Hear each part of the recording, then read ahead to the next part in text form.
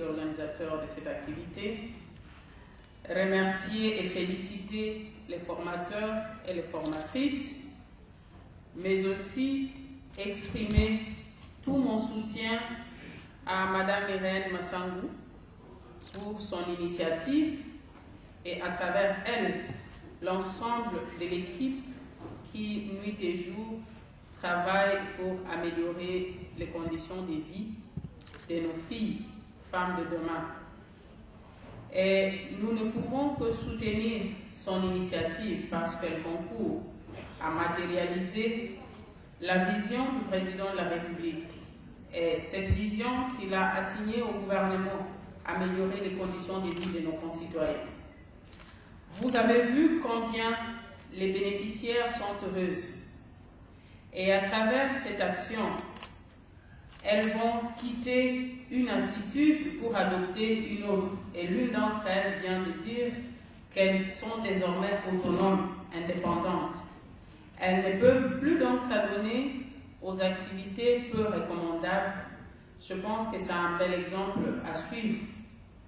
Nous ne pouvons que l'en féliciter les bénéficiaires parce que vous avez démontré du courage pour accepter de participer à cette formation.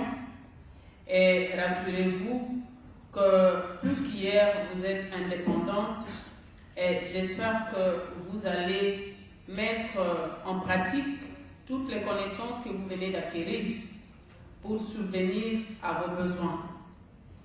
Et comme vous êtes des stylistes et des modélistes, je voudrais bien qu'il y en ait qui commencent également à coudre pour moi, n'est-ce pas?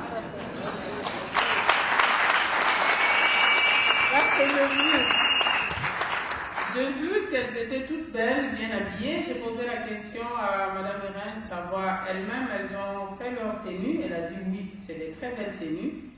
Et j'espère qu'au jour le jour, vous allez vous appliquer pour être utile, non seulement à vous-même, à votre famille, et pour changer le regard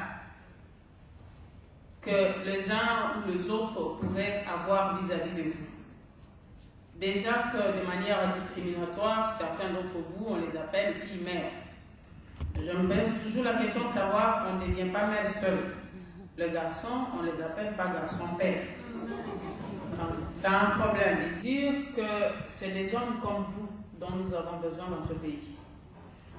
Même si Madame a parlé de vos nombreuses autorisations maritales, mais je pense que vous serez bientôt déchargés, parce que je crois que vous n'en aurez plus besoin dans le cadre de la réforme du code de la famille qui est en cours. Et vous serez parmi les premiers qui soutiendraient que les femmes n'ont plus besoin d'autorisation maritale pour réaliser des grosses œuvres comme celles que nous venons de suivre. Et vous vous imaginez si de mauvaise humeur, vous lui aurez refusé d'accomplir cette mission, combien elle aurait privé des vies, des populations, des villages, de ses œuvres. Nous vous en félicitons.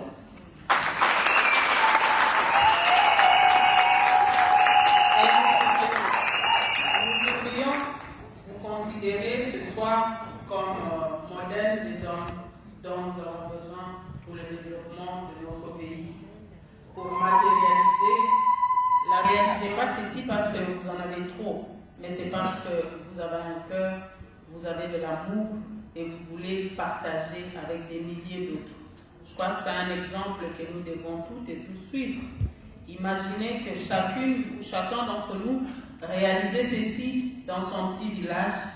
Et aussi, à l'exemple, au modèle de la distinguée première dame qui sillonne de village en village pour réaliser de telles œuvres, je pense que nous créerons une synergie qui améliorerait sensiblement la vie de nos concitoyens. Merci encore une fois, félicitations et tous nos encouragements.